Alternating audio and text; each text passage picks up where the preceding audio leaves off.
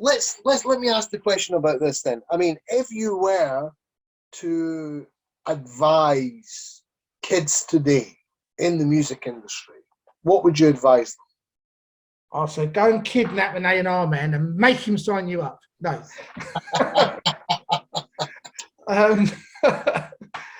But do you know what? It's difficult because if it was 30 years ago, I could give people the advice to go, yes, do this. Whereas now, there are so many different avenues. And for example, you look at Justin Bieber, who was picked up on because he did a couple of YouTube videos and he picked up a following. And I mean, obviously, the guy's talented. There's no doubt, there's no denying that.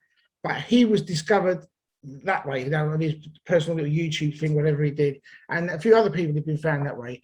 Then you've got other people that were discovered singing. It was busking. Oh, no, I'll tell you what it was. Somebody was going around just videoing people in the street saying, right, I'm going to sing a song so you can finish the song off, and just to make a collage. It was something for his uni or something. And he did this thing, and this one girl started singing, and it was like, wow. And he's going, no, don't stop, carry on. And she got parts in the Disney films and did all sorts of stuff. I can't remember who she was, but she was incredible. There are so many different ways, and you've got all these talent shows now, and not that I watch them, but Britain's Got Talent has discovered a few proper stars, and X Factor as well. Although I'll never watch them, as I said, because I find them too frustrating. Because they amongst some of the talent, you've got just so much rubbish. I just can't watch it. I just can't do it. But No. but my advice, if I did have to advise somebody as to what to do, the one thing that's been consistent throughout the industry is, yes, record stuff and put it out there. You've got all the different social media outlets, and you can put a video out and link people from TikTok and say, try and hope that people will share, and they will share, and you can have that. But the one thing that's been consistent throughout the music industry since the beginning of time is go and play live. Go and find venues to play at, even if they're small, dinky little things. But the only thing I'd tell people to be careful of, because this is something that's become quite, it's become quite, not the norm, but it's happening a lot in the music industry. And young people, I was young, and I did, when I say rash things, I would, agree to do a gig. And really, when you think back, you go, I should never have agreed to do that. They were exploiting me. They were exploiting the band, or whatever it was.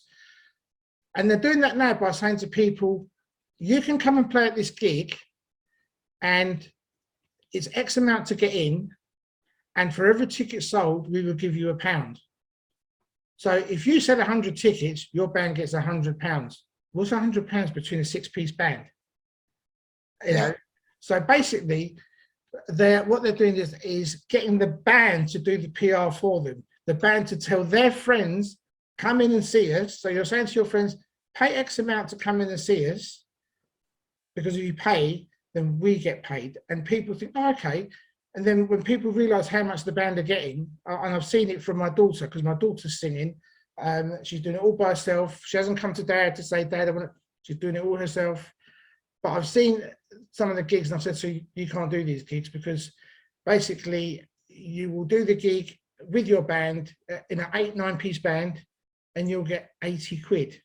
It's £10 each, because the venue says, for every ticket we'll give you X amount, and then we've got to take our commission first, and then they end up with virtually nothing. And I think, yes, you're desperate to play and be seen, but not those gigs. There are other gigs. There are gigs that are actually paying gigs. So my advice would be to people, try and do gigs, because getting seen is important, because you never know who's going to be standing there.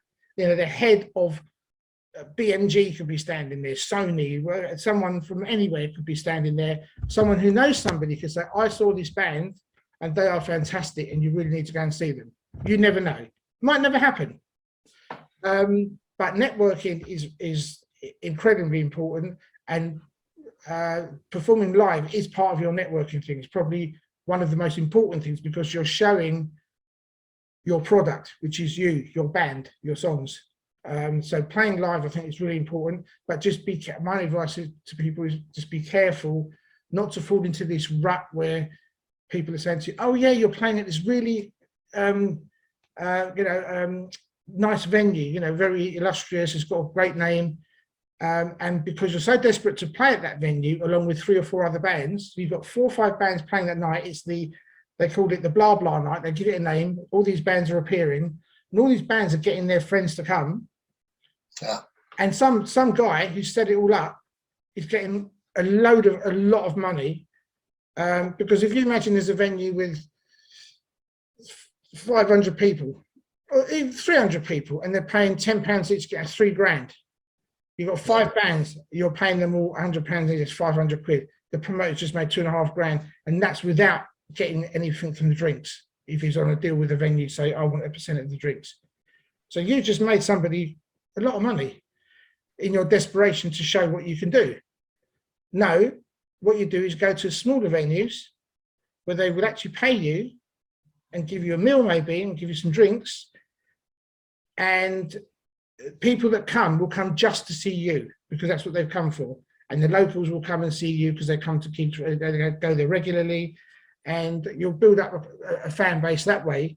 But to actually line someone else's pockets and go on with virtually nothing in your desperation to play a gig, we've all done it, but I can say now from my experience, no, it's really not worth it, because nothing ever comes of it.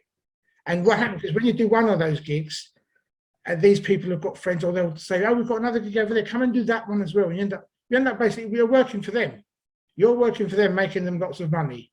And it's one of those things that's become almost the industry norm. It's a bit like when people used to pay to do support slots. We really want to support so-and-so, so does he, and they go, right, well, someone's got to put a bid in. Who wants it bad enough?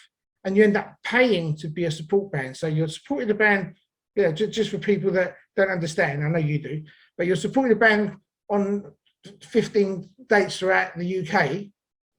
And instead of getting paid 15 fees, you're paying 15 fees to do that support, hoping that the fans of the headlining band will like you enough to go and buy your CD or whatever they're going to do, come and see you independently. And it's a gamble that very, very, very rarely pays off, because you invest a lot of money and you don't see any return for it. And I don't know of any band that have done that and then turned around and said it was worth investing. At the time when we were poor, it was worth investing, 60, 80 grand into the band, because we eventually became famous because of that. You might become famous, but it wasn't because of that. It was because of other issues, other factors.